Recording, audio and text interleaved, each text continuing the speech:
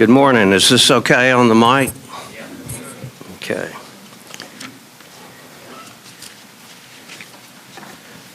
Like others before me at this podium, I thank Wyatt for having me here and for many other kindnesses, Wyatt. And I thank Barbara for her hospitality. I've been here to read before as a visitor, but this is my first time to be on the faculty. And the other writers, many of them old friends, now all of them friends, have made me feel welcome. At each workshop, I learned something new from my co-teacher, Christine Scott, and from the wonderful writers in our group. I call them wonderful because they seem to be, as I try to be, full of wonder about the art of fiction.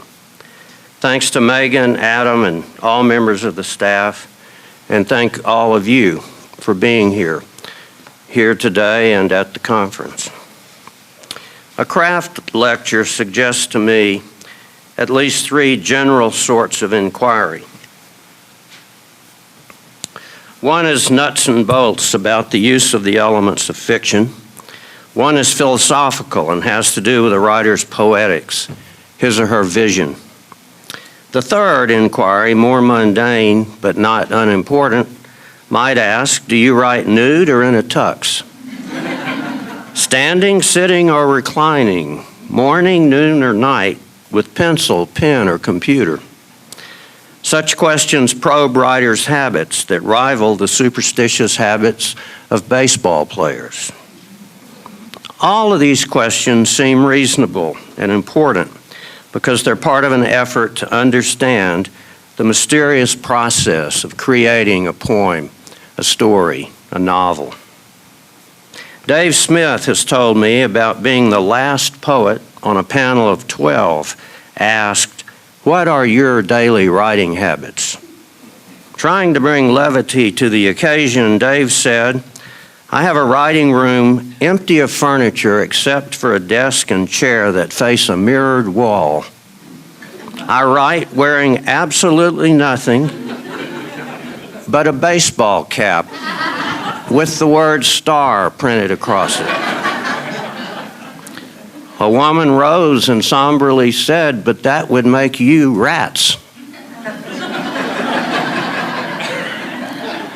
When I was writing this talk, I stopped to print star on an envelope I held in front of a mirror. It doesn't quite work as implied. But the storyteller counts on a listener's preconceived notions. In this case, a mirror reversing an image. The spoken word gets away with flaws the written word can't escape. But an advantage of the written word is that we can change it, take it back before it does harm. In the midst of an argument, a college girlfriend warned me that every word ever spoken remains in the universe as sound waves and could be electronically retrieved and repeated. I imagine giant speakers adjacent the pearly gates, my verbal sins in stereo. When I was in grad school, the writer David Madden visited to give a reading. Interviewing him for the program's literary magazine, I asked about his writing habits. He said he wrote early in the morning and that he had to first drink a big glass of fresh orange juice that he squeezed himself. In spite of editing and proofreading, the published interview contained a typo that had Madden say before he could write, he had to drink fresh squeezed organ juice.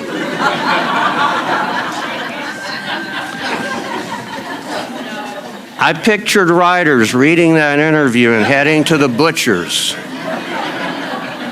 for calf's brains, chicken hearts, pig's livers. A writer will drink anything, especially if it helps him or her overcome the difficulties, including fear of writing. Our fears are among the likely places from which good writing may come. If we can shape fiction out of our fears, secrets, and personal crises, the extent of our experience, we can likely look sensitively at anything. Beginning writers may mistrust the autobiographical impulse, thinking they don't deserve credit for stories or poems they didn't make up out of whole cloth. One of my literary heroes, the novelist Wright Morris, says, "To confess up a life requires the same imagination it takes to create one." I think most writers feel a little out of step. Maybe this feeling is the detachment of a life lived and observed simultaneously. Describing the writer's unavoidable self-consciousness, de Maupassant says, "His joys, his pleasures, his suffering, his despair, all instantaneously become objects of observation. He says to himself, as he leaves the cemetery, where he has left the being he loved most in the world, 'It is curious what I felt.' It's curious to me to realize I've been writing for 40 years, and I still can't say with certainty how stories get made. After I published my first novel, I assumed it would be easier to write a second novel. I'd taken 5 years to write the first. Surely I'd learned how. But the second novel made different demands. Novelist Philip O'Connor says every story has its own music, its own reasons for being. What I learned writing the first novel was only that I was, or had been that one time, capable of typing sufficient pages for a book-length manuscript. As I grow older, two things are happening. The first is my memory fails more than it used to. The second is I forget the second thing. But even if I forget authors' names, their stories remain alive in my emotions, because literature is born in human emotion. And as Eudora Welty says in On Writing, emotions are eternally the same in all of us. Love, pity, terror do not show favorites or leave any of us out. Oscar Wilde describes fiction writing as the telling of beautiful, untrue things. That's a pretty definition for lying. The storyteller's touch falsifies life. Each of us knows fictional characters whose lives have falsified our own. How many young people read Kerouac's On the Road and then dropped out of college to hit the road? Real life is lived, at least in part, through make-believe images. Faced with a listener's waning attention, some of us resort to exaggeration or even a little honest fabrication. I don't know why my wife, Donnie, doesn't appreciate that. She still interrupts tales I tell, questioning facts that I've intentionally improved upon. Donnie is a painter who has the gift of portraiture, and she does not question clients when they bring her different photographs and say, "Paint my daughter with these eyes, but paint on this smile and these arms." I remind her that, like a portrait, a story is an illusion that may distort the facts in order to reveal the truth. So I present myself this morning as a professional liar, one who wants to talk a little bit about his life as a writer and about writing as an act of faith. In the second paragraph of Walden, Thoreau apologizes for being so self-referential. "I should not talk so much about myself," he says, "if there were anybody else whom I knew as well." Now, I take poems, stories, and novels seriously, and I take seriously the moral imperatives for writing. But as for being a writer, I try not to take myself too seriously. And I hope the autobiographical anecdotes I'm going to indulge in this morning won't suggest otherwise. Having said that, I'll tell you a small true story from my life to illustrate how little the facts may have to do with the truth. One of my favorite photographs of my daddy is the same sepia olive drab as his Army Air Corps uniform. Wearing at a jaunty angle an overseas cap that looks like a manila envelope on his head, he stands beside boxes of Falstaff beer stacked as high as his waist.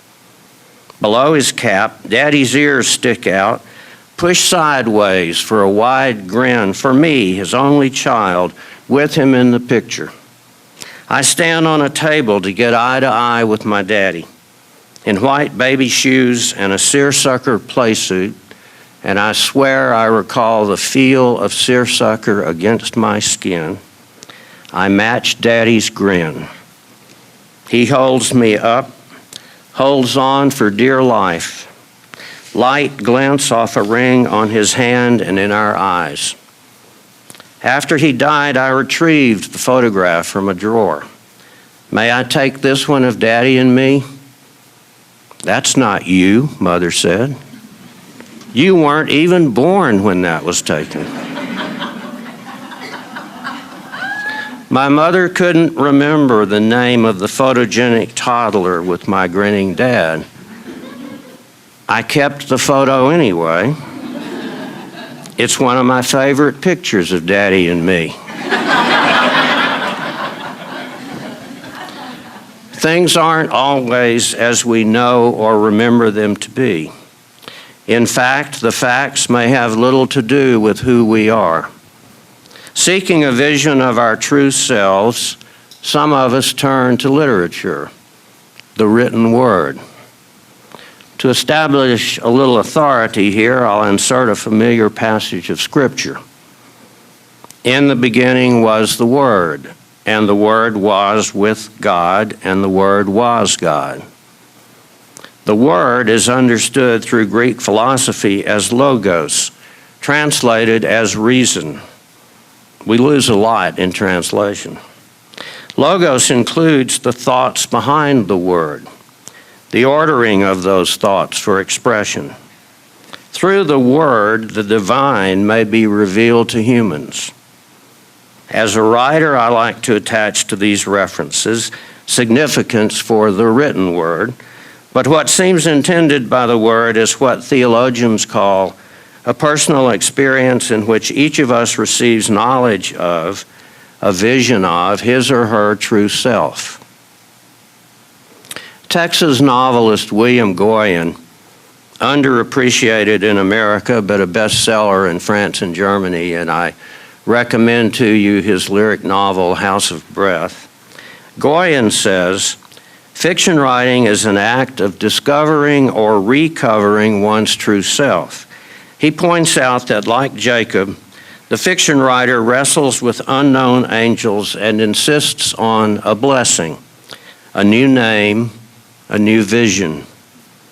A blessing is a powerful gift, and when it comes from a powerful being, God or the Godfather, it's carried by the blessed person like an anointing or a protective benediction. Jacob's regaining his spirit, his redemption by the night river, is one of the most mysterious and enigmatic scenes of literature. This wrestling, Goyen calls recovery. A hard piece of work, a serious illness, an unexpected loss, any debilitation or emptiness of spirit gives us, as we wrestle with it, a hard sock in the hip bone. To recover oneself after such struggle demands spiritual transformation. Goyen says his eyes open when he sees a person limping because he knows that person has wrestled with his or her God. Write only about what you know, beginning writers are often told. But knowledge is more than memory or facts. We know more than we know.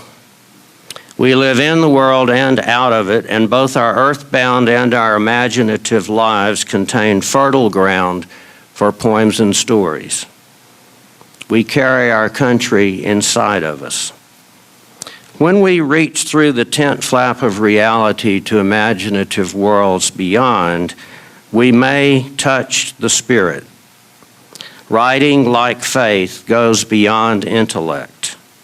Fabrication requires intuition as much as logic. In aspects of the novel, M. Forster describes an illogical lady who can't be brought to understand what logic is.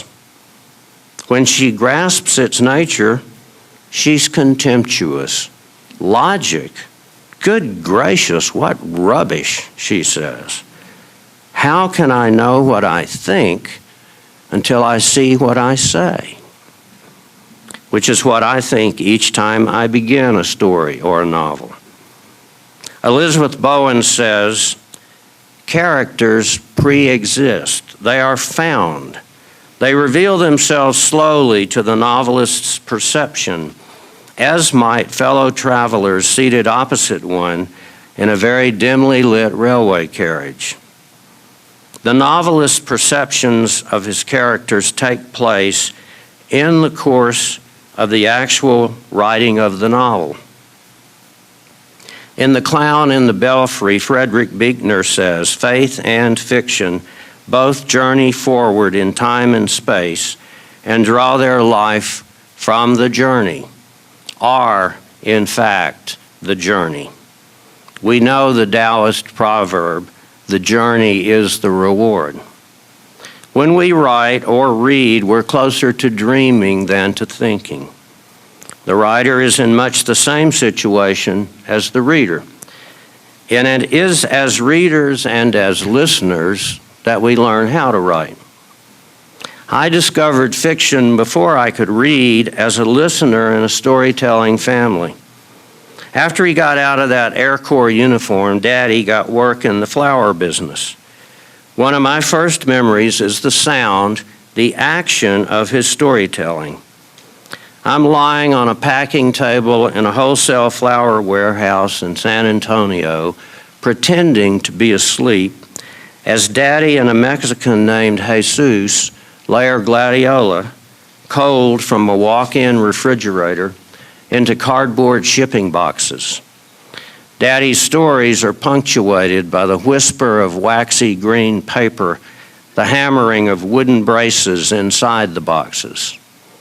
Jesus listens in Spanish, repeating words out loud. Daddy says, hot, man, it was hot. Jesus lets out a low whistle and says, caliente. Daddy nods and goes on, spinning his tail. Looking for ferns and flowers, Daddy took my mother and me south of the border. We rode a train from San Antonio to Mexico City, drove a Jeep to Veracruz. Daddy roamed jungles hunting new plants to import to Texas. When our tourist cards expired, Mother and I returned to San Antonio and stayed long enough to get new cards. My dad didn't need a card. He had a deal, the mordida, literal translation, the bite, money under the table to a Mexican bureaucrat. Each time we rejoined him, Daddy told new stories about his adventures alone in Mexico. Near Tampico one night, bandits rode out of a cloud of mosquitoes onto a ferry boat and crowded their horses around Daddy's Jeep. The outlaw leader paid Daddy's toll. One morning in Mexico City, he stood up in bed to steady a swaying overhead light and got bucked onto the twin bed beside him. Downstairs, china crashed on tile floors, an earthquake was splitting, while a woman loudly prayed a rosary. Trapped by a jammed door, Daddy was about to jump from the second-story window when a tremor opened the door. Another time, on a train to Guadalajara, he sat up all night arguing politics in Spanish with an enormous Mexican who, Daddy swore, turned out to be the painter Diego Rivera. These stories were added to Texas stories.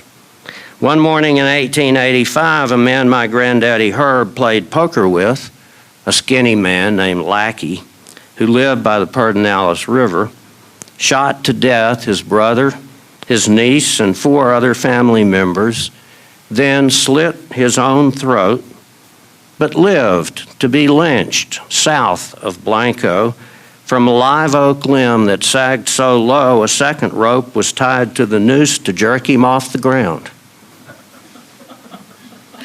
Once upon another time, Bonnie and Clyde roared through Blanco, a storm of bullets shattering Dorsey Lee's drugstore window, where my daddy just happened to be standing enjoying a root beer float.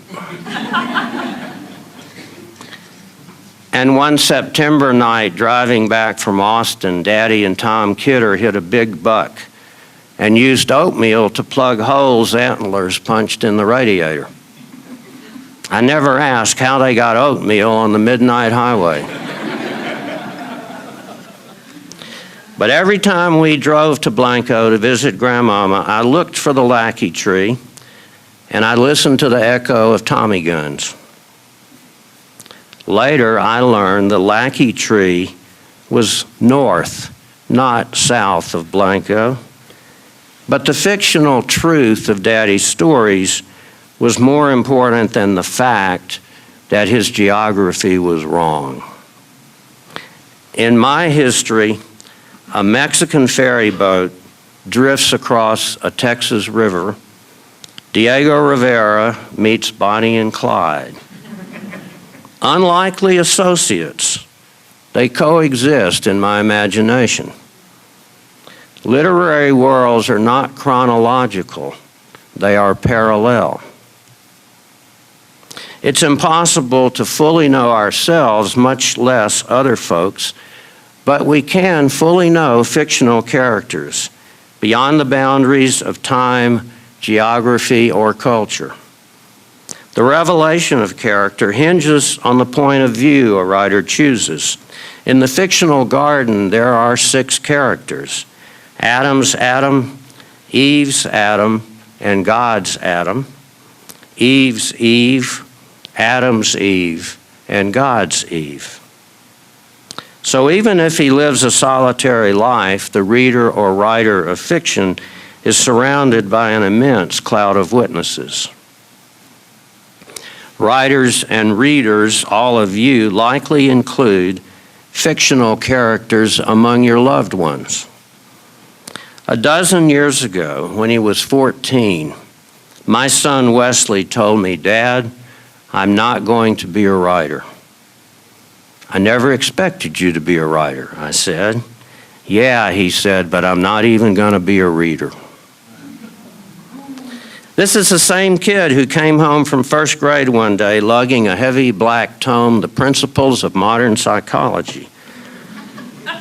And when I asked why he had checked out the big book, said he was looking for one of those psychological arguments to persuade me to buy him the video game player I'd sworn he would never have.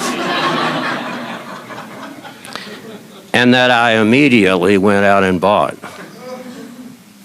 Now 26, Wes has a certificate in video editing, but he's putting his high hopes on a new band in which he plays lead guitar. When he reads, it's usually song lyrics from a laptop.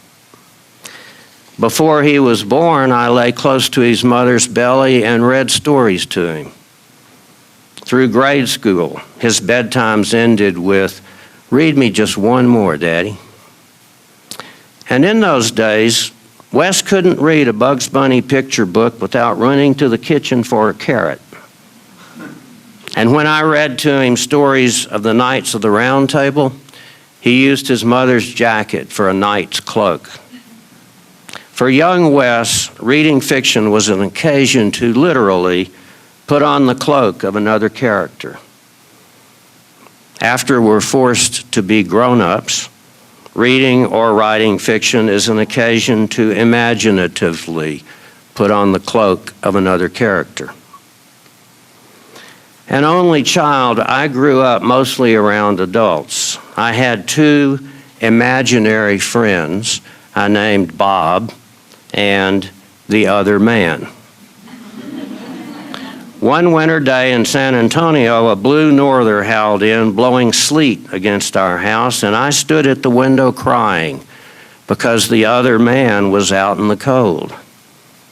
Mother held open the door, but he refused to come inside. I was disconsolate. My friend was freezing to death. My sympathy for the other man was so strong that I developed pneumonia and had to be taken by ambulance to the hospital. I've been told that just before he died, Chekhov called for a physician who was a character in one of Chekhov's stories, insisting he could be healed by that doctor only. They summoned a real-life doctor, and Chekhov died. My fourth grade classroom was opposite the library, and one afternoon my teacher was explaining something I'll never know because I was watching the librarian put up a display in the hall. She made a scene of an exotic Middle Eastern city with construction paper shapes: green, gray, blue, black. Above tall towers topped with onion-shaped minarets, a boy and a girl, each with a turban-wrapped head, sat on an opened book that glided through the dark sky. A silver slice of crescent moon illuminated these words: "Books are a magic carpet ride." And that's still how I think of books. And for me, the writer as well as the reader rides wherever his or her imagination leads. I hope one day my son may return to reading as a habit of being. It's unfortunate that many in his generation are not voluntary readers. I recently asked everyone in a fiction writing workshop to name the last book of fiction he or she had read not for a school assignment.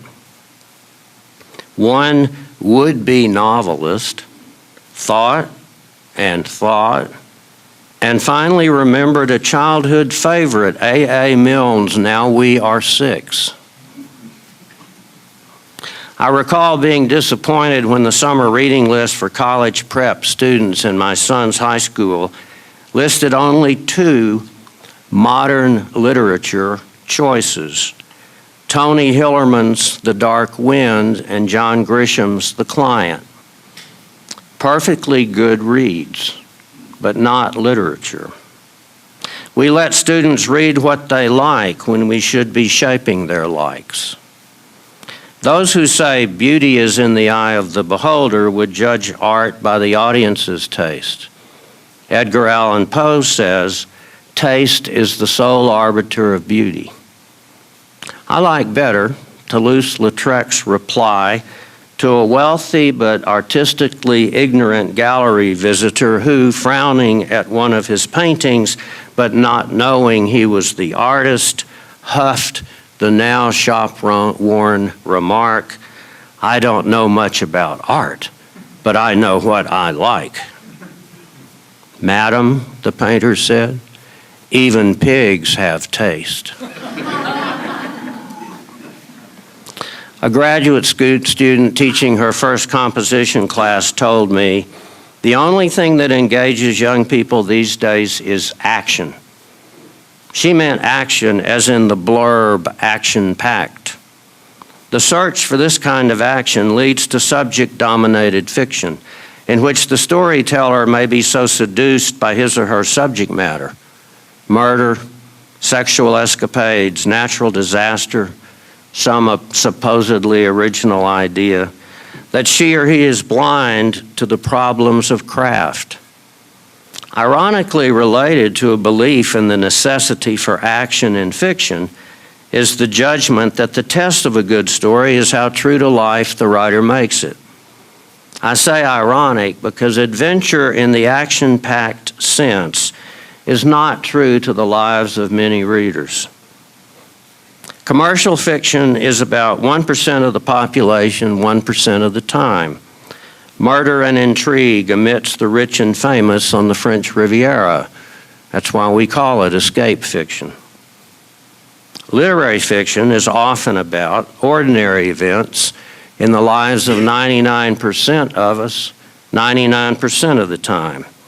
Birth and death, love and marriage, illness and recovery. Literary fiction looks closely at what may be devoid of action, except for the action of language. Verisimilitude is not an exact imitation of life, but rather a sense of reality, a carefully conjured illusion. The literary novel doesn't engage us because it's just like life, but because it heightens our awareness of life. The literary writer doesn't claim the actions of a story really happened, just that they really happened in his or her imagination. Imagination may do what it likes with experience. Instead of what happens, literary fiction may be about what does not happen. It is about what Wright Morris calls the action of the drama of human consciousness. Literature may not offer assurance or instant gratification, both disproportionately valued by a culture obsessed with celebrity and what's trendy and glitzy. As Rapound reminds us, literature is news that remains news. The writer who wants to write enduring fiction doesn't write about the political per se. He or she writes about the personal effects of the political. Fiction is about human experience, so it can't always be politically correct. The compulsion to make fiction is the compulsion to make a world, and the voice that speaks, breaking the silence, is always the voice of the creator. Explaining his purpose as a writer, Joseph Conrad says, he wants to render the highest possible justice to the visible universe. Above my writing desk, held by an imaginary nail, an imaginary slate displays Conrad's words, "My task, which I'm trying to achieve, is, by the power of the written word, to make you hear, to make you feel. It is, before all, to make you see. That and no more, and it is everything. If I succeed, you shall find there, according to your deserts, encouragement, consolation, fear, charm, all you demand, and perhaps also that glimpse of truth for which you have forgotten to ask." It is difficult to make a reader see. It's easier to state an abstract idea or emotion than to create a physical world we hear, smell, taste, feel, a world we clearly see. To paraphrase Flannery O'Connor, the world of fiction is the lowly world of matter, so writing gets your hands dirty. Writing is not so grand as being a writer suggests. We have to do more than record our daydreams or report our experience. Experience or subject matter is the raw material a writer has to transform into an entire world. This takes talent, technical skill, and stamina, and it also takes faith. Donald Hall reminds us that those who attempt to write poems that will endure can be fairly sure they will fail. And should they succeed, they aren't likely to live long enough to know it. Why should anyone try? With so few readers, don't we have enough literature? Anyone who's roamed a mega bookstore lately might ask the same questions. Writers keep writing because writing, not being a writer, becomes necessary. We remember Yeats's admonition, "Out of our arguments with others we make rhetoric, Out of our arguments with ourselves, we make poetry. My life has taken me to live in different places, but I return to Texas and to Mexico in memory and in storytelling. My first novel is set in a Texas hill country town, much like Blanco, Texas, where my daddy was raised and where I visited my grandmama, but where now the only Wiers are in the cemetery. I had a graduate student once who was in Texas, and she sent me a postcard from Blanco. She said, "We made a pilgrimage to Blanco and have been communing with all the silent Wiers in the cemetery." Liking the figurative and tonal qualities of the actual town's name, I titled the novel Blanco. After it was published, I slipped incognito into the little Blanco library to see if they had a copy. The librarian said both copies stayed checked out because everybody in town wants to see who all they recognize in there. The handwritten description in the card catalog reads, "A novel of the Wier family of Blanco, Texas." Sounds downright Faulknerian, makes our family appear almost prominent, which it never was. Had I tried to write a documentary, local readers would surely have said they didn't recognize anybody in there. It's hard to forget the facts, but the facts may weigh down the imagination. Texas and Mexico, as I recall those places, have a sense of their own, what Henry James calls a mystic meaning to give out. Possessed by the landscapes and the voices of my past, I don't possess a ranch to return to, but I own the whole territory in my imagination. It's not language that makes a place evocative and immediate, but it must be language that makes it so in literature. It's not life on the Mississippi we experience. It's Twain's life on the Mississippi. And the Mississippi we know best is Faulkner's Yoknapatawpha. The North Carolina we recognize is fashioned from Thomas Wolfe's rhetoric. Before I moved to Knoxville, Tennessee, I got to know the place by reading James Agee's A Death in the Family, Cormac McCarthy's Suttree, and David Madden's Cassandra Singing. Language is the place we all inhabit. I spent my early childhood in a foreign land whose language I didn't understand. In Mexico, my only playmate was a doctor's son who lived next door and who spoke no English. I knew maybe a dozen Spanish words that I proudly used with Mother and Daddy, but none that I would try within earshot of a Mexican, and none that seemed to have much to do with the boy's life in Mexico. Still, my friend and I got along famously. I awoke mornings and stared out my second-floor window across the space between the houses. My friend waved from his window a shirt, red in my memory, our semaphore signal to meet down in the garden. The boy's father kept exotic birds whose cries mixed with our laughter. In a large pond, ghostly carp appeared beneath lily pads. In that Edenic garden of lush trees and flowers protected by a high wall with shards of glass embedded along the top, we knew little of the harsh truths of the wider world. Among the trees were those called perul that, I was told, kept away flies.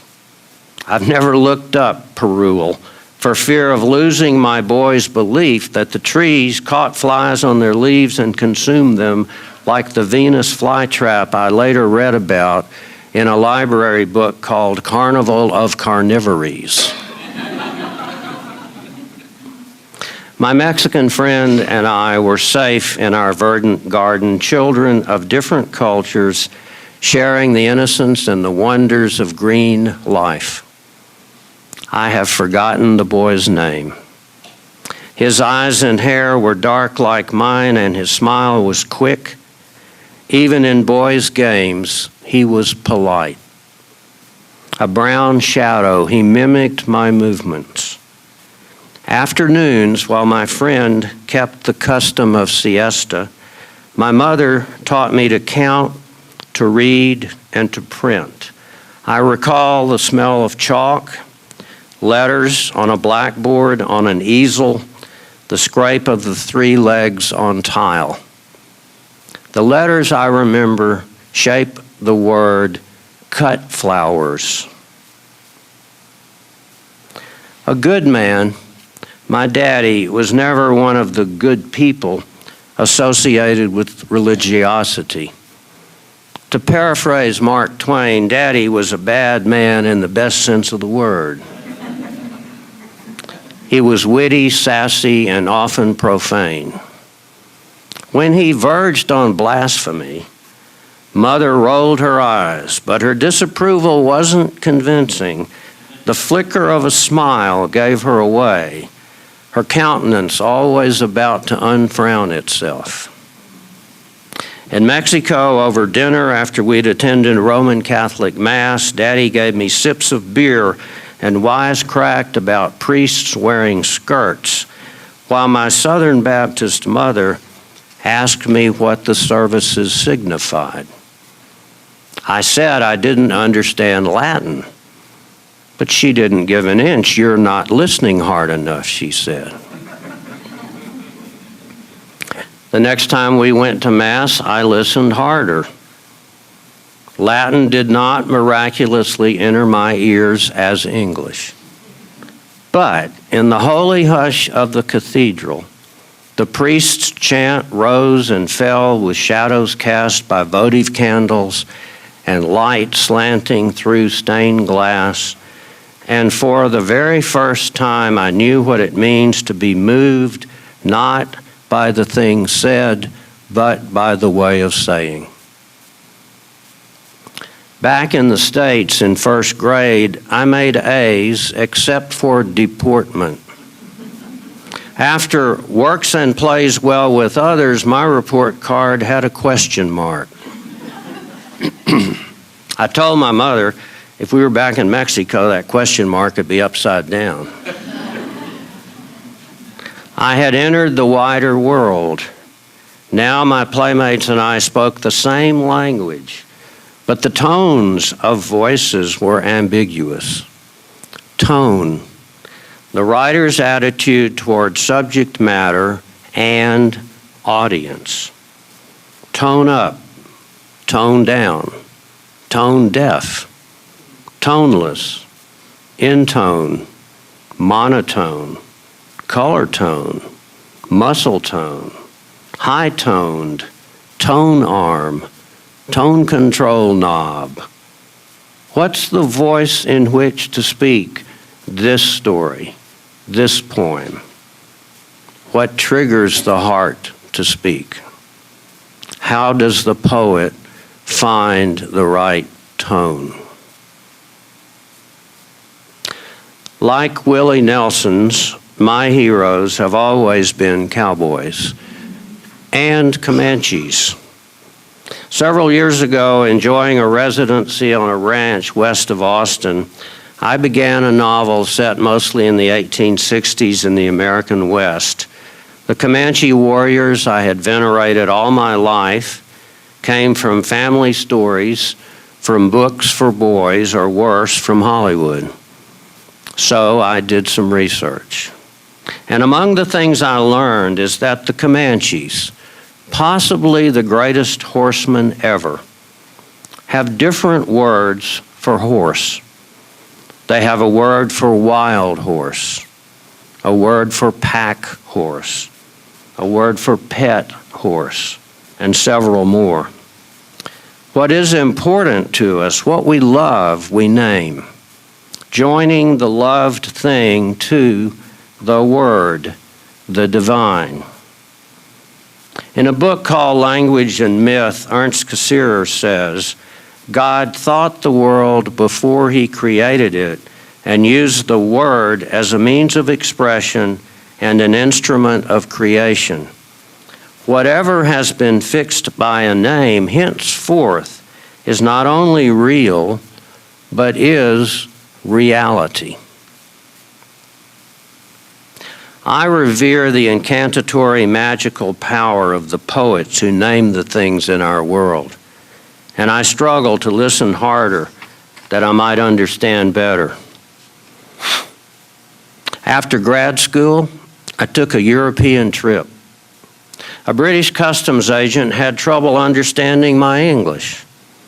Fanning himself with my passport, he asked my profession. Since I'd not yet made any money as a writer, I said, teacher.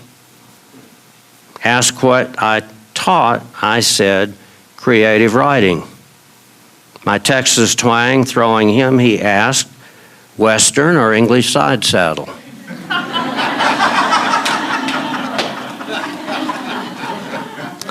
And you know, I still think that's a pretty good metaphor for it. The story or poem throws you and you got to get back on, right? I made clear what I taught, and he said condescendingly, but can one teach creativity? We know the answer, of course not. But creativity is cheap. Talent is never enough. The seat of poetic inspiration is the seat of your pants in a chair before a sheet of paper or a computer. Talent, like any gift, brings responsibility. And one of the responsibilities of talent is to discover your own voice and vision. Wanting to be published, a writer may be tempted to cater to the whims of an audience. Prevailing fashions are seductive. They reassure with what's familiar, recognizable, and safe. Gide says, my function is to disturb. There are plenty of others, advertisers mainly, being better paid to reassure. Not long after my family returned to Texas from Mexico, we moved to Louisiana, where I learned about popular fashion when I wore my cowboy boots to school. I had not yet, as Adam and Eve had, looked down and known my shame. Little cowboy, Arnie Boudreaux called me. Arnie was a sixth grade bully whose tone of voice changed cowboy from a way of being I'd idolized into a slur that reddened my ears. In my memory, Arnie was 6 feet tall. He weighed a good 200 pounds, had a bulb of a nose with veins spreading like roots into his cheek, and was nearly bald. His bare head and one gold tooth reflect the security light burning that morning above the metal doors of the gym.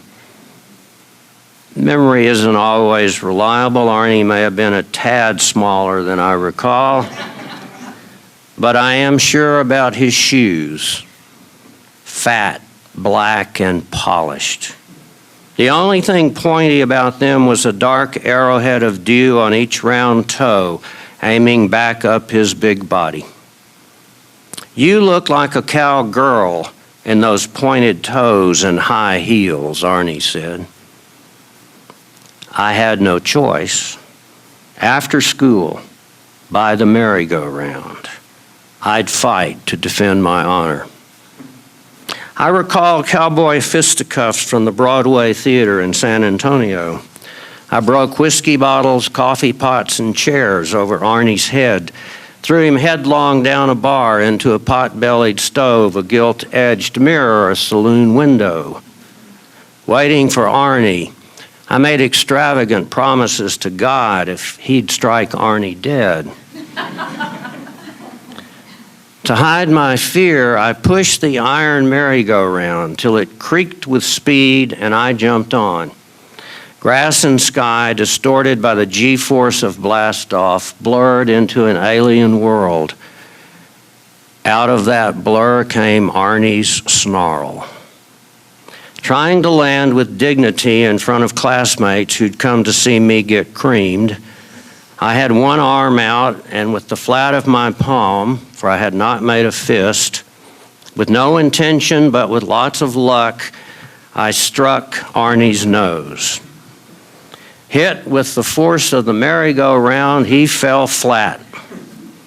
While the ground tilted beneath me, I made a fist and threatened Arnie, who lay in the dust, crying. We were all a little scared by the blood flowering down his white shirt. On my way home, I roughed my knuckles on tree bark for the replays I knew would come the next day. I told my parents I needed new shoes and surprised them when I passed up a snazzy pair of green-stitched Justin boots for black, lace-up, low-cut shoes, a styleless style I would later call FBI shoes. I had felt the intimidation of fashion. Prevailing fashions, like prevailing winds, are subject to sudden shifts. Books that imitate and reaffirm the familiar.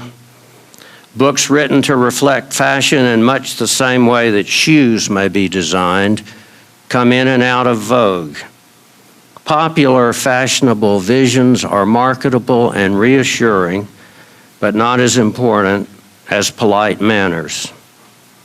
Good fiction, it exists outside of fashion. It makes its own, sometimes quirky way. Best-selling book lists, invented in America in 1895, substitute fashion for personal judgment. Crazy Ezra Pound wisely advises, pay no attention to the prizes.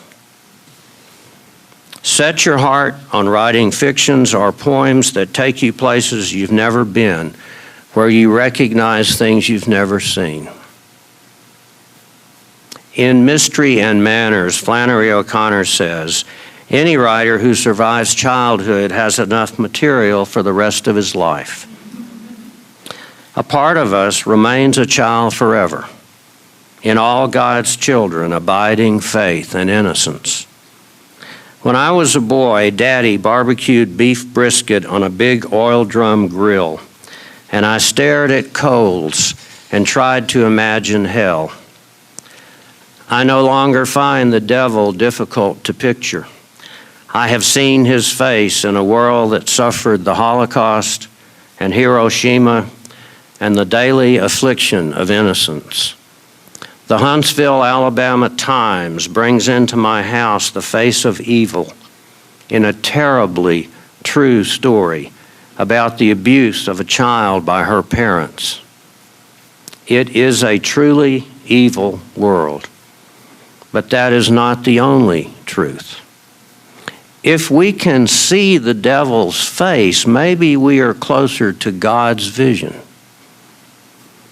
Literature alters sensibilities, so writing is a hopeful act. It's an act of faith. When my son was a baby, I bathed him in the kitchen sink, bumped a bar of soap down his back, and beneath my fingers, his spine felt delicate, vulnerable. In that moment, I remembered running shirtless in a foreign garden where not even flies were allowed. I'm sweetly haunted by my Mexican playmate's face reflected in the fish pond years past. In a fallen world where weeds grow tangled with flowers and deception passes for truth, I remember the garden in the faraway country of my childhood where my first playmate and I learned to love each other in different languages. I look for that boy's face, an image of the divine, in ponds and mirrors and chrome. I look for him in every face I meet, even in the imagined faces of characters out of books, characters whose lives have merged with mine. What haunts me is this. The boy's face I see is also the face of my son, Wes, a brown lily pad drifting above his eyes. And also floating there forever is my own face. My Mexican pal of long ago and my now grown son and my aging self, extensions of one another, all of us fashioned after the same image. Image, that rich word. Image, the writer's stock and trade. Image, echoed in magi and imagine and magic. Thank you.